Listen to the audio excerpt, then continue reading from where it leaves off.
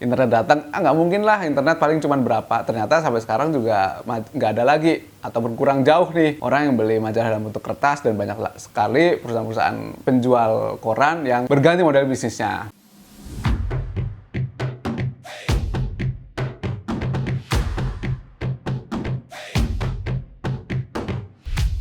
Yo, kita balik lagi ke channel YouTube Diskartes. Sekarang gue akan bahas salah satu request dari kalian, karena ada yang sempat nanya, tolong dong di-share buku tentang fundamental perusahaan. Oke, khusus buat pertanyaan ini gue ambilin nih buku. Ya, gue bawa nih ke kantor nih, jauh-jauh. Tapi gue cuma akan share 3 ya, share 3. Nah, yang pertama ya, ini adalah buku yang gue baca pas gue kuliah, karena konteksnya memang pelajaran pas kuliah gitu. Sebenarnya nggak cuma satu buku ini pas zaman kuliah, ini kayak rangkaian gitu. Yang gue bawa sekarang adalah Advanced Accounting, ya. Teman-teman bisa lihat sendiri, ini adalah yang versi bahasa Indonesia, karena pas kuliah kalau gue baca Inggris pusing juga gitu. Terus ini itu kayak lanjutan dari yang basic, intermediate, sampai advance. Jadi dipelajarin setiap tahun, dan ini adalah di tahun ketiga ya, pas gue baca buku akuntansi lanjutan atau advanced accounting. Jadi kenapa ini jadi bagian dari fundamental, meskipun bukan pelajaran akuntansi, tapi kan kita pas belajar ini belajar tentang laporan keuangan. Entah itu balance sheet, income statement, cash flow statement, terus mulai dari penjurnalan kayak gimana, terus sesuai dengan IFRS atau enggak. Gue belajar banyak banget pas gue kuliah sebetulnya. Dan ini pas advance ini, meskipun cuma semester kecil, itu berapa halaman ya? 400 halaman. Jadi kalau di total dari basic, intermediate, sampai yang advance itu bisa lebih dari 1200 halaman. Yang intermediate itu yang panjang banget. Kalau ini udah dikali bahasa ke Indonesia, gue nggak tahu dari mana, tapi kalau yang banyak ada yang dari Kyoso, ada yang dari mana lagi ya, banyak pokoknya. Kalau teman-teman yang basicnya dari akuntansi pasti udah pernah belajar. Tapi kalau yang belum belajar, basicnya nggak dari akuntansi, tenang aja, nggak perlu mendalami sedalam-dalam ini juga gitu. Karena ada beberapa buku yang lebih sederhana gitu. Contohnya gue juga bikin buku tentang analisis ya perusahaan, tetapi nggak sedalam ini, secara simple gitu. Karena ini lebih ke buku pelajaran, gitu ya. Kalau kalian mau tahu. Terus yang kedua adalah buku yang mau gue kenalkan buat teman-teman adalah bukunya. Ini udah pasti tahu ya. Judulnya aja Bible-nya dalam investasi, kitab suci dalam investasi dari Benjamin Graham, The Intelligent Investor. Siapa lagi yang nggak tahu? Pasti tahu. Ini gurunya Warren Buffett. Jadi sejujurnya gue dapat buku ini itu 10 tahun yang lalu kali ya, 10 atau 11 tahun yang lalu. Jadi pas itu gue masih kuliah, terus main ke tempat teman gue di Bogor, dan kebetulan dia udah kerja di Bea Cukai. Terus gue dikasih lah buku ini, nih lo pelajarin nih buat belajar. Jadi thanks to him, gue belajar banyak dari buku ini, dan makanya buku ini udah cukup lama gue pegang gitu. Sampai banyak banget yang teman-teman kalau misalnya nanti searching terus ngebeli buku ini, memang teknik analisa yang digunakan itu bisa dibilang cukup rumit ya.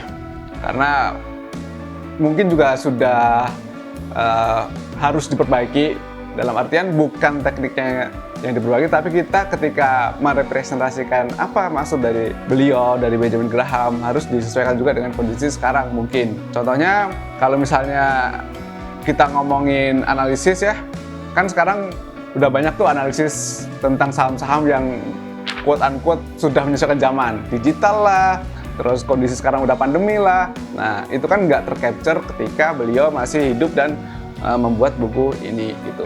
Tetapi yang gue dapatkan secara prinsip dari Benjamin Graham adalah investor itu seperti apa sih yang benar. Gue memandang beliau itu ngasih pesan kayak gini.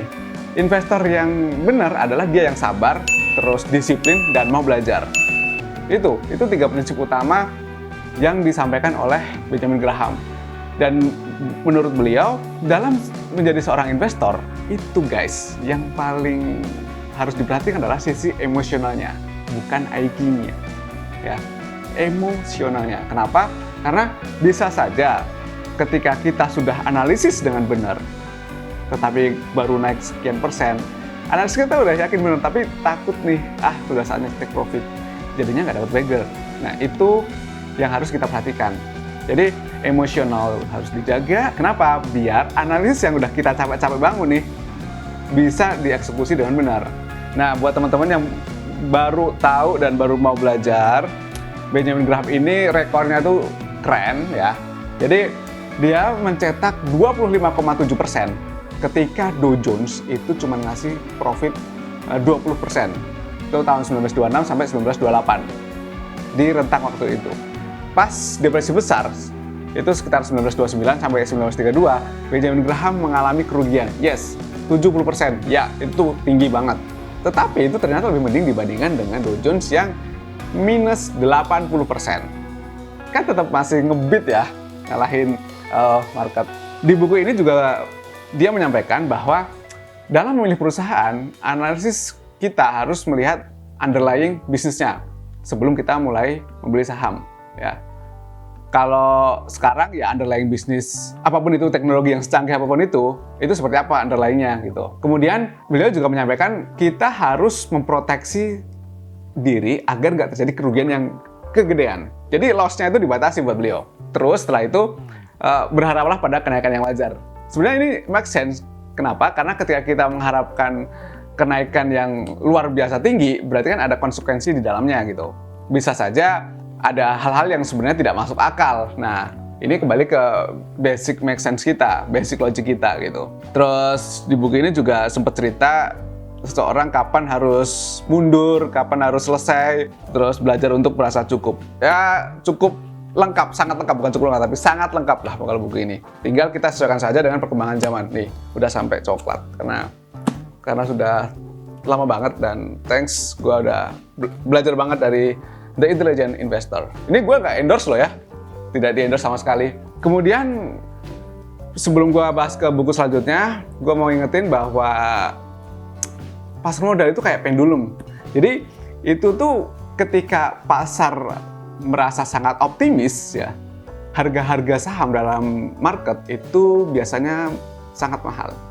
Nanti gerak tuh, ketika pasar sudah mulai pesimis, maka harga-harga perusahaan, saham di perusahaan-perusahaan tersebut menjadi sangat murah. Jadi pergerakan pasar itu sangat ditentukan oleh pesimisme dan optimisme. Dan karena kita nggak pernah tahu kapan kita akan mengalami kerugian, kapan market akan jatuh, kita harus melindungi diri kita dengan cara margin of safety-nya, gitu ya.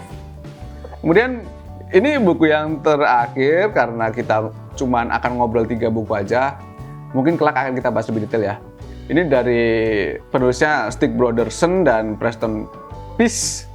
Judul bukunya Warren Buffett Accounting Book, yang mengambil inspirasi dari Warren Buffett. Karena kalian kan request-nya fundamental gitu kan.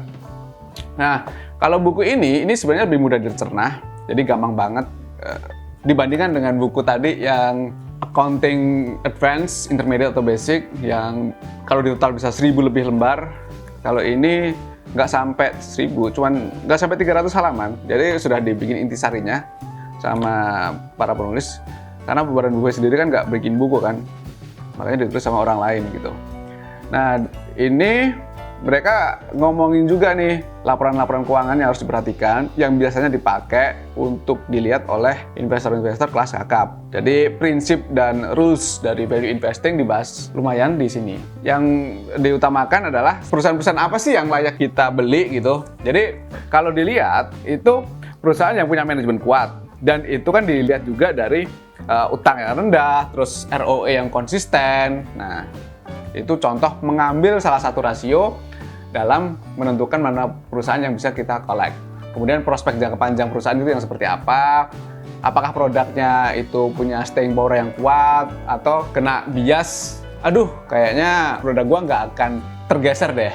Padahal itu kita nggak boleh berpikir seperti itu juga gitu kan. Karena contoh kata, majalah atau koran ketika internet datang, nggak mungkin lah, internet paling cuma berapa. Ternyata sampai sekarang juga nggak ada lagi, atau berkurang jauh nih orang yang beli majalah dalam bentuk kertas, dan banyak sekali perusahaan-perusahaan penjual koran yang berganti model bisnisnya. Terus sama seperti yang sudah disampaikan sama Benjamin Graham di buku kedua, karena kita nggak tahu masa depan, makanya pakai margin of safety. Itu juga dijelaskan di buku ini. Kemudian diajarkan juga bagaimana menghitung DCF atau discounted cash flow ya, dengan contoh, dan ini sebenarnya cukup membantu buat teman-teman yang mempelajari fundamental perusahaan dari nol, dari awal gitu. Itu 3 buku yang mau gue share di sini. Nggak ada endorse-endorsean, tapi gue baca buku itu ketika gue mempelajari saham, terus gue dapat manfaat banyak. Tapi jangan lupa, ketika nanti kalian teman-teman sudah mulai beli, langsung praktekkan, coba analisis dikit-dikit, dan mudah-mudahan kalian akan mendapatkan profit yang bagus setelah belajar. Dan ingat, tidak pernah ada kerugian dari orang yang mau belajar.